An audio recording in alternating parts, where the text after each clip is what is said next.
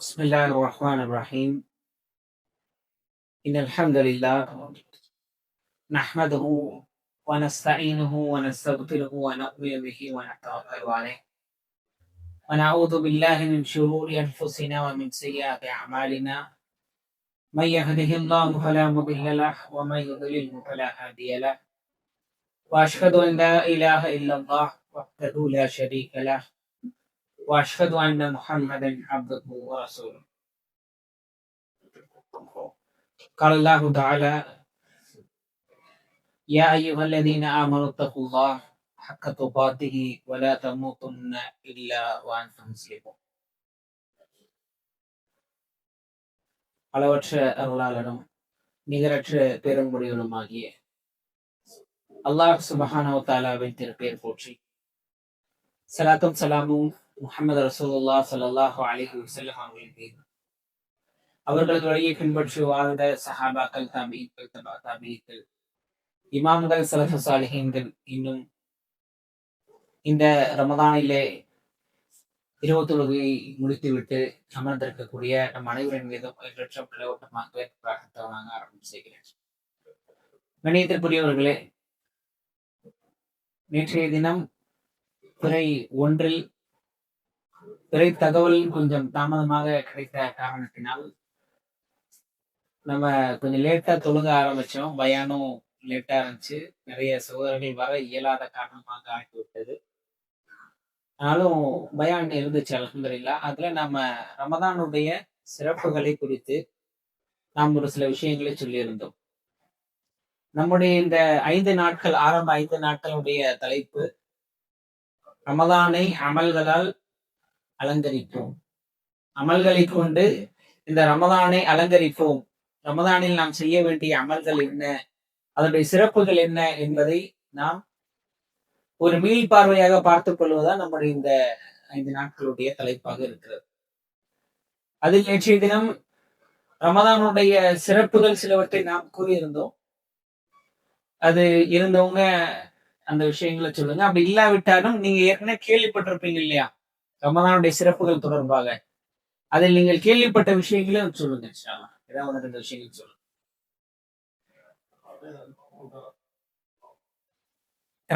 ரமதான்ல நோன்பு அல்லாஹ் கடமையாக்கிட்டான் இல்லையா? குத்திப அலைக்கும் ஸியாம் கமா குத்திப அலல் லதீன மின் கப்லிக்கும் லஅல்லக்கும் தத்தகூன். உங்கள் மீது நோன்பு கடமையாக்கப்பட்டு விட்டது அப்படின்னு அல்லாஹ் தஆலா சொல்லி காண்பித்து விட்டான். ரைட். வேற என்ன ரமதானுடைய சிறப்புகள்? குர்ஆன் இறக்கப்பட்ட மாதம். ஷஹ்ரு ரமதான் அல்லதி உன்சில ஃபீஹில் குர்ஆன். அல்லாஹ் சொல்றான், குர்ஆன் இறக்கி அருளப்பட்ட மாதம். ரைட். வேற என்ன சிறப்புகள்? மாஷா அல்லாஹ். சொர்க்கவாசல், சொர்க்கத்திலே நோன்பாளிகளுக்கு என்று ஒரு தனி வாசல் உண்டு. அதில் நோன்பாளிகள் தான் நுழைவார்கள். என்ன அந்த வாசல்? ரய்யான் என்ற வாசல். அல்ஹம்துலில்லாஹ். வேற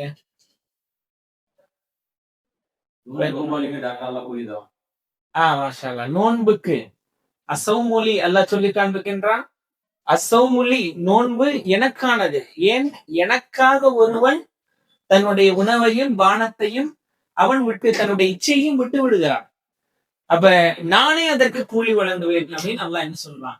நோன்புக்கு உண்டான கூலியை தான் வழங்குவதாக அல்லாஹ் சொல்கிறான். ரைட். அல்ஹம்துலில்லாஹ். ரமதானுக்கு 1000 மாதங்களை விட சிறந்த ஒரு இரவு இருக்கிறது அப்படின்னு சொல்லியிருக்காங்க. அல்லாஹ் குர்ஆன்ல சொல்றான். ரைட்.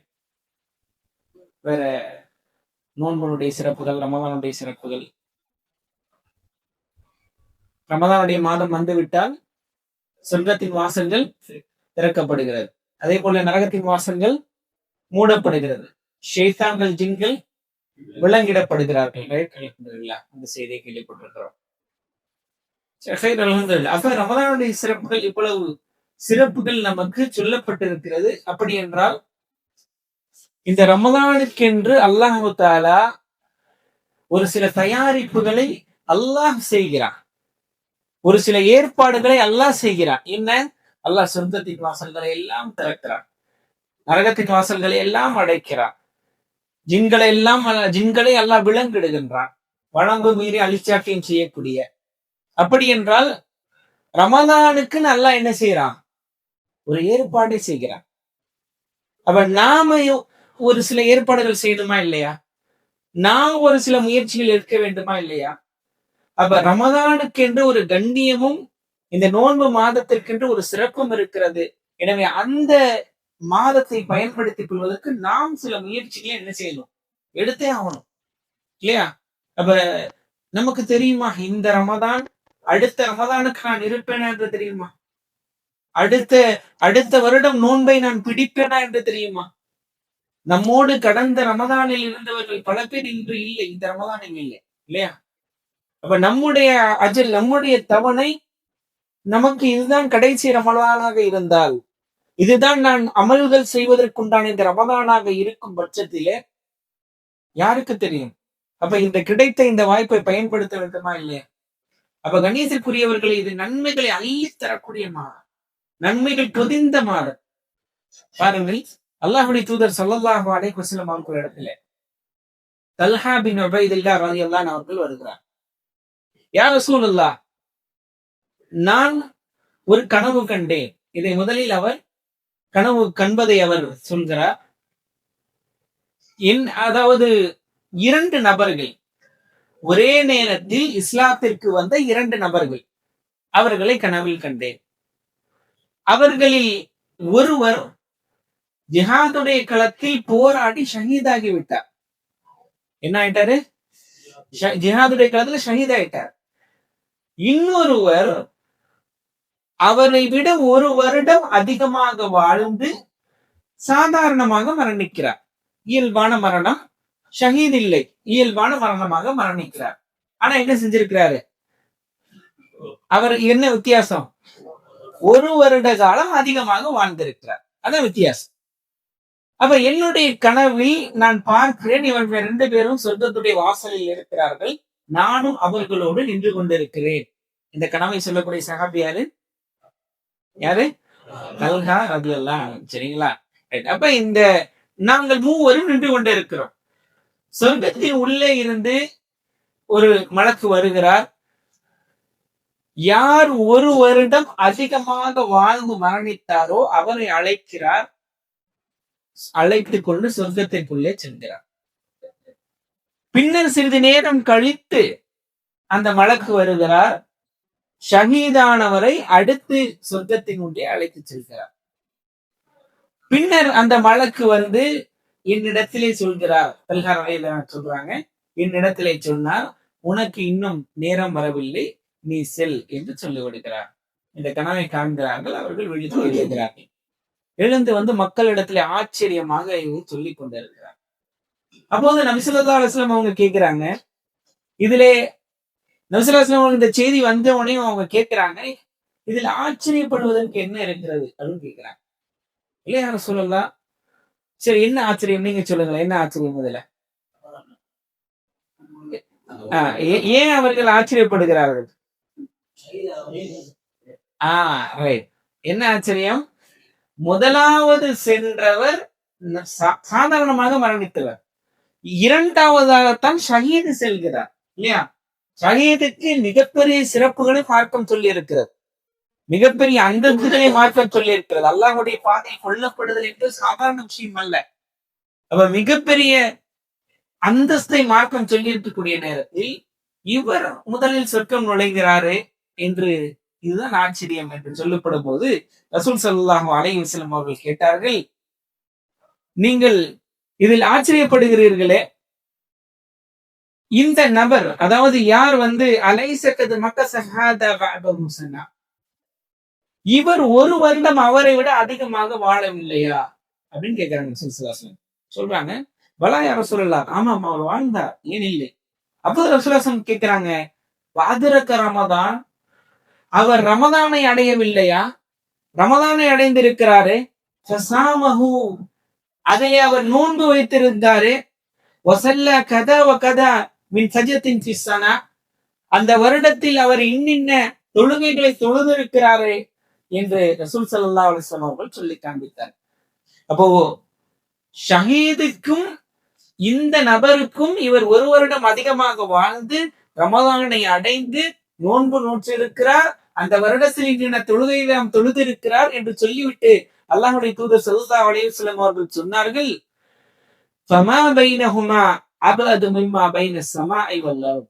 இவர்கள் 2 பேருக்கு மத்தியில் உள்ள வித்தியாசம் என்ன தெரியுமா? வானம் பூமிக்கு நடுவில் உள்ள வித்தியாசம் என்று சொன்னார். இப்ப பாருங்க, அமல்கள் குறிப்பாக ரமதானுடைய நோன்பு, அந்த வருடத்தின் தொழுகைகள், இது ஷஹீதுடைய அந்தஸ்தை விட இவரை எந்த அளவுக்கு உயர்த்துகிறது பாருங்க. ஷஹீதுக்கு தனிப்பட்ட கூலி, தனிப்பட்ட அந்தஸ்து. ஆனா அல்லாஹ்வுடைய தூதர் ஸல்லல்லாஹு அலைஹி வஸல்லம் அவர்கள் இங்கே குறிப்பிட்டு காண்பிக்கிறார்கள், இவர்கள் இருவருக்கும் உள்ள வித்தியாசம் என்ன, இவர்கள் இருவருக்கும் உள்ள அந்த அந்தஸ்து வித்தியாசம் என்ன. என்ன சொல்றாங்க? என்ன வித்தியாசம் 2 பேருக்கும் நடுவுல? எவ்வளவு பெரிய வித்தியாசம் உண்டு? வானம் பூமிக்கு நடுவில் உள்ள வித்தியாசம் என்று அல்லாஹ்வுடைய தூதர் ஸல்லல்லாஹு அலைஹி வஸல்லம் சொல்லி காண்பிக்கிறார். அப்படியானால் கண்ணியத்திற்குரியவங்க, இந்த ரமதானுடைய நோன்பு, இதனுடைய இந்த அமல்கள் எவ்வளவு முக்கியத்துவம் வாய்ந்தது பாருங்க. அப்ப நாம இந்த ரமதானை சரியான முறையில் இதில் நாம் அமல்களை கொண்டு நாம் இதை அலங்கரிக்கக்கூடியவர்களாக இருக்க வேண்டும். மற்ற மாதங்களை போல நம்முடைய இந்த ரமதானுடைய காலம் கழிந்து விடக்கூடாது.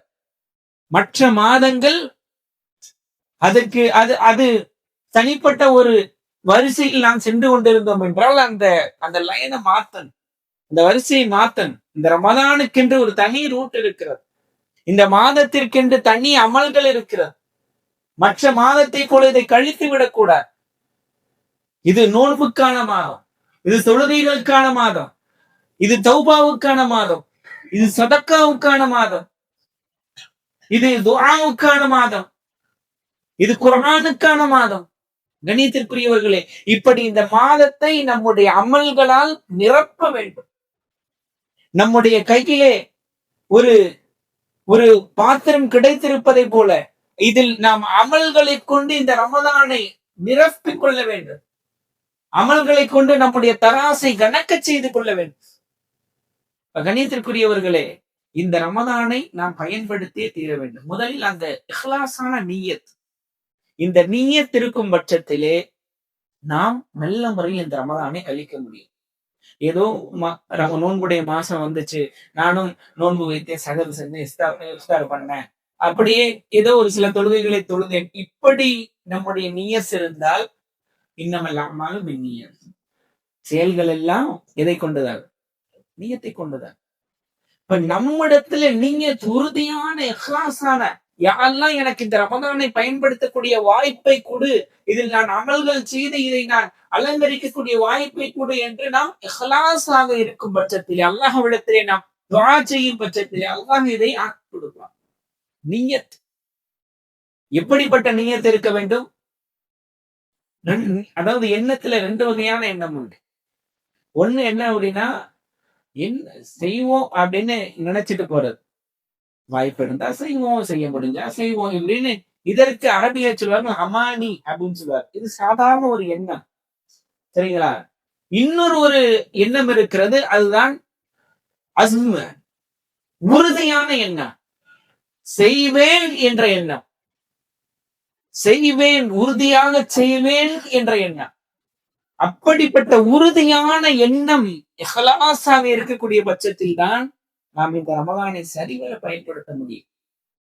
ஏதோ கிடைத்தால் செய்வோம், பார்த்தால் செய்வோம், அப்படி இருந்தால் செய்வோம், இப்படி இருந்தால் செய்வோம் என்று நாம் காரணங்களை தேடிக்கொண்டிருந்தோம் என்றால் இந்த ரமதானை நாம் பயன்படுத்த முடியாது.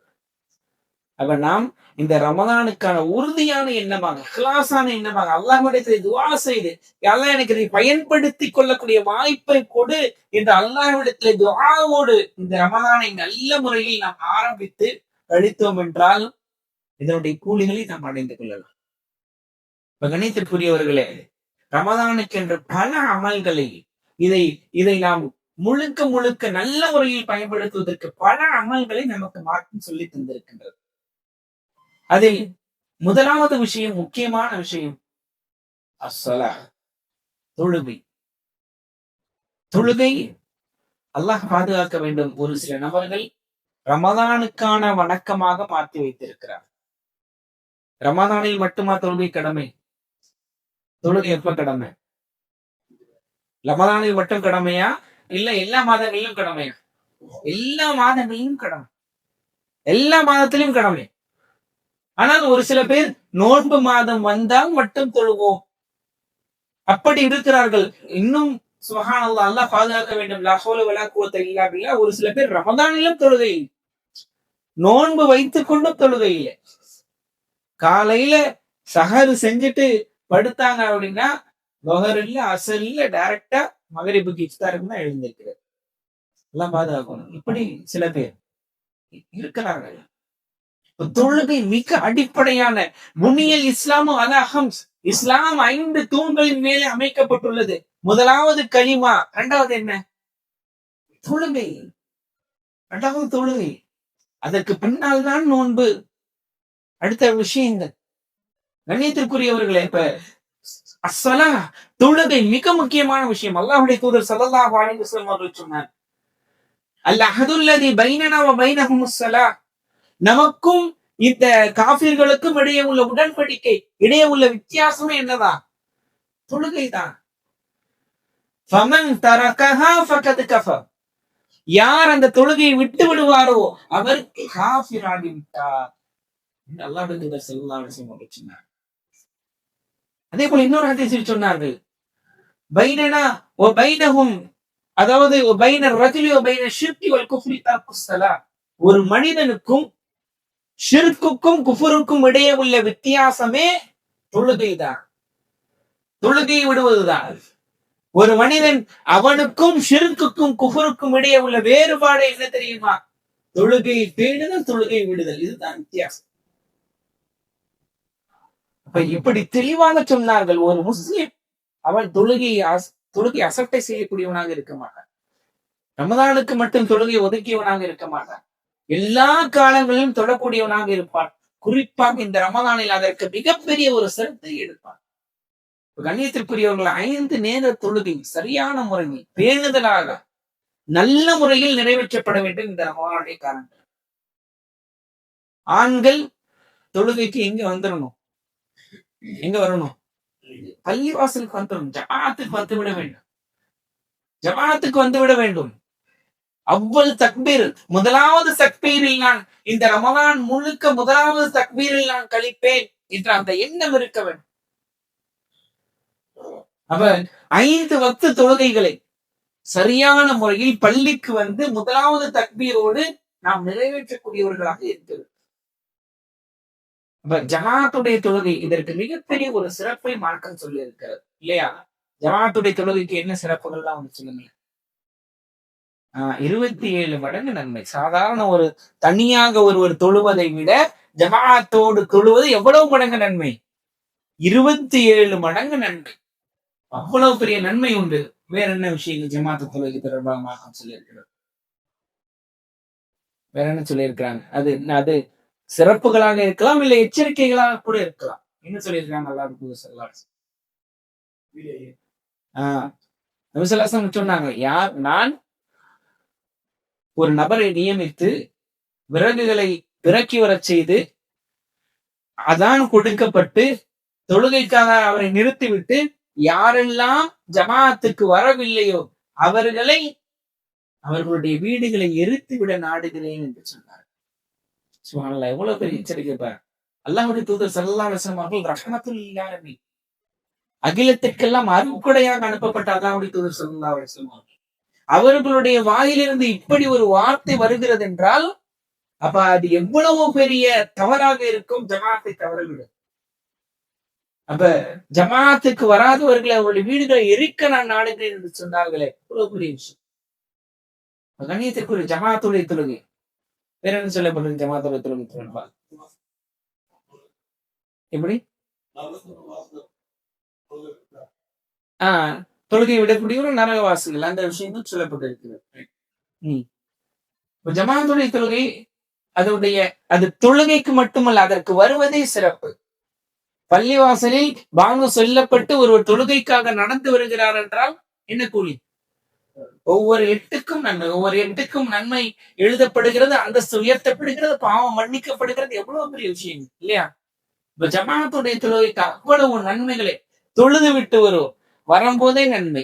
வருகிறார், வந்து தொழுகை இன்னும் ஆரம்பிக்கவில்லை, காத்திருக்கிறார், இவருக்கு என்ன நன்மை? காத்திருக்கிறார், ஒண்ணுமே செய்யல, சும்மா காத்திருக்கிறார், இவருக்கு என்ன நன்மை? தொழுத நன்மை. அவர் தொழுகையில் இருக்கக்கூடிய நன்மை. தொழுகைக்காக காத்திருக்கக்கூடியவருக்கு தொழுகையில் இருக்கக்கூடிய நன்மை அவருக்கு கிடைக்கிறது. அவர் சும்மா தான் உட்கார்ந்து இருக்கிறார், ஆனால் அவருக்கு தொழக்கூடிய நன்மை கிடைக்கிறது. வந்து அவர் பள்ளிவாசலுடைய காணிக்கை தொழுகையை தொழுகிறார். அவர் வந்து தொழுகையுடைய வாங்குக்கும் இகாமத்துக்கும் நடுவிலே துஆ செய்து கொண்டிருக்கிறார். ஏற்றுக்கொள்ளப்படக்கூடிய அந்த துஆ. அவர் அமல்களை செய்து கொண்டிருக்கிறார். சில தொழுகை முடிந்து விட்டு அமர்ந்திருக்கிறார் அதே இடத்தில்.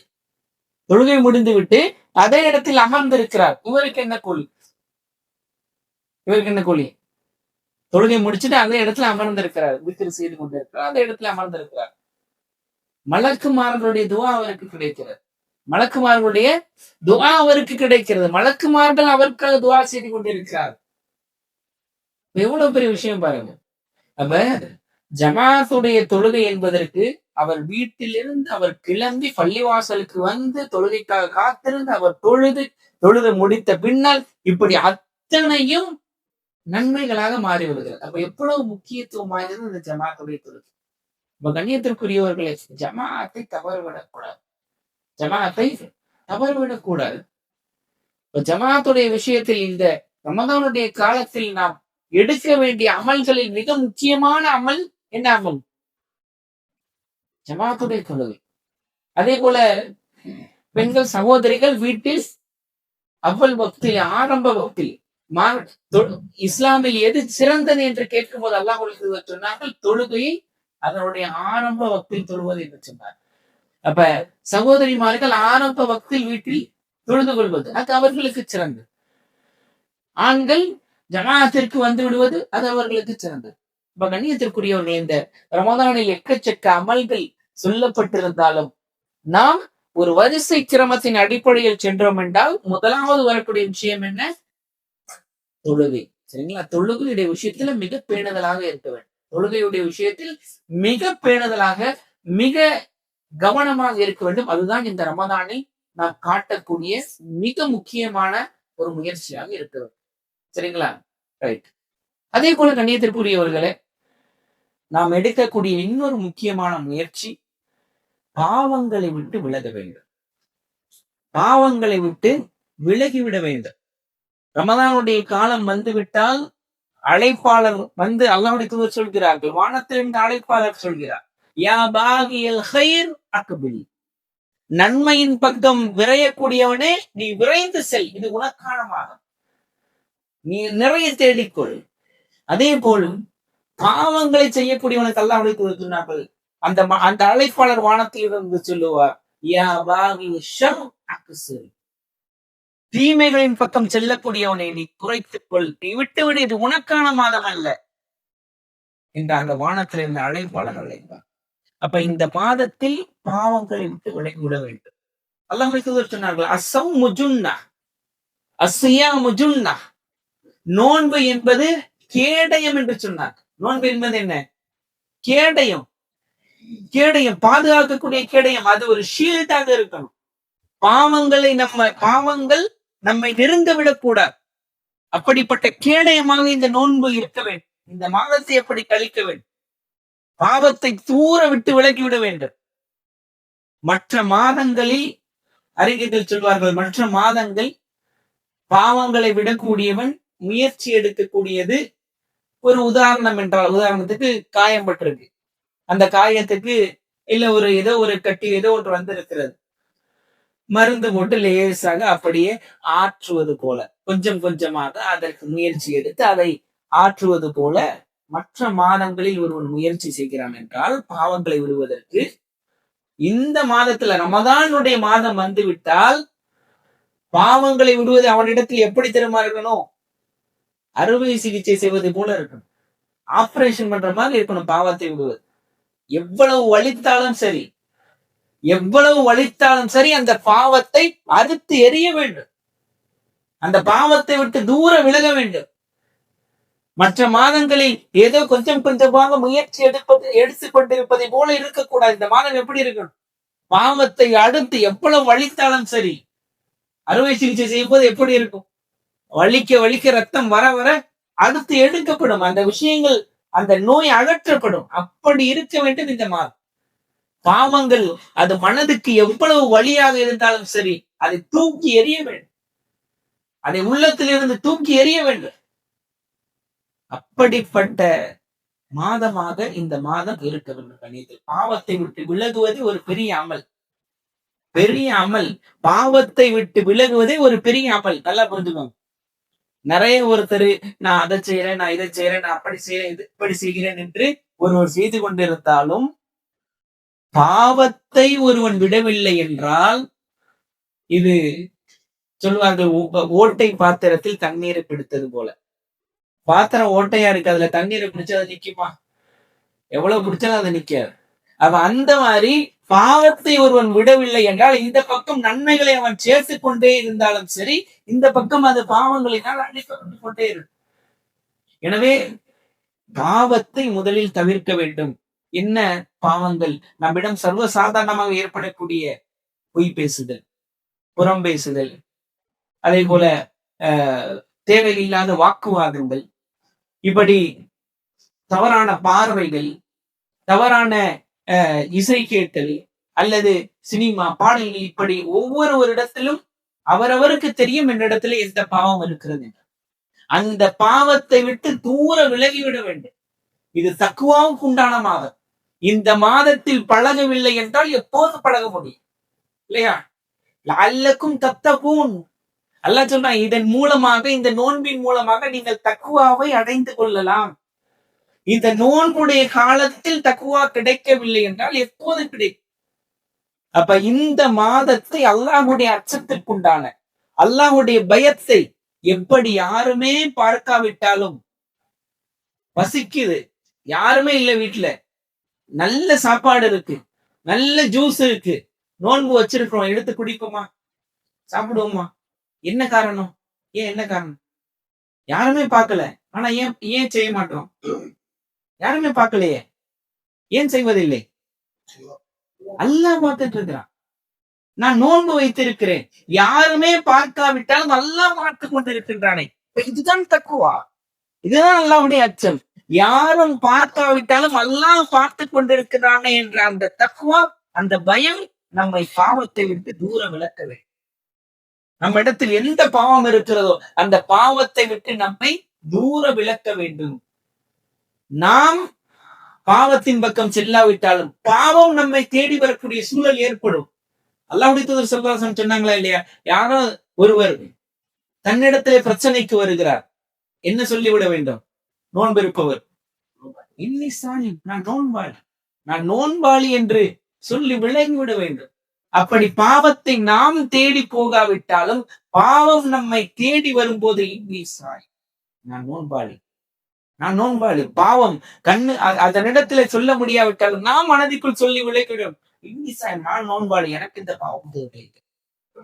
எனவே இந்த மாதத்தை பாவத்தை விட்டு தூர விலகக்கூடிய தக்குவாவுக்குண்டான பயிற்சியாக இந்த மாதத்தை பயிற்சி எடுக்கவில்லை என்றால் இந்த மாதத்தை எடுக்க முடியாது. எனவே இந்த பயிற்சிக்கு உண்டான மாதமாக, தக்குவாவுக்கு உண்டான மாதமாக, அமல்களுக்கு உண்டான மாதமாக நாம் இந்த மாதத்தை பயன்படுத்தி கொண்டால் நமக்கு மிகப்பெரிய நன்மைகளும் கூலிகளும் இந்த மாதத்தில் உண்டு கண்ணியத்திற்குரியவர்கள். அப்ப நாம இந்த மாதத்தில் செய்ய வேண்டிய அமல்களில் மிக முக்கியமான 2 அமல்களை இன்றைய அமல்கள் சொல்லி இருக்கிறோம். என்ன அந்த அமல்கள்? முதலாவது விஷயம் என்ன? தொழுகை, அஸ்ஸலா, தொழுகை. சரிங்களா? ஜமாத்துடைய நேரத்தில் சரியான முறையில் தொழுவது.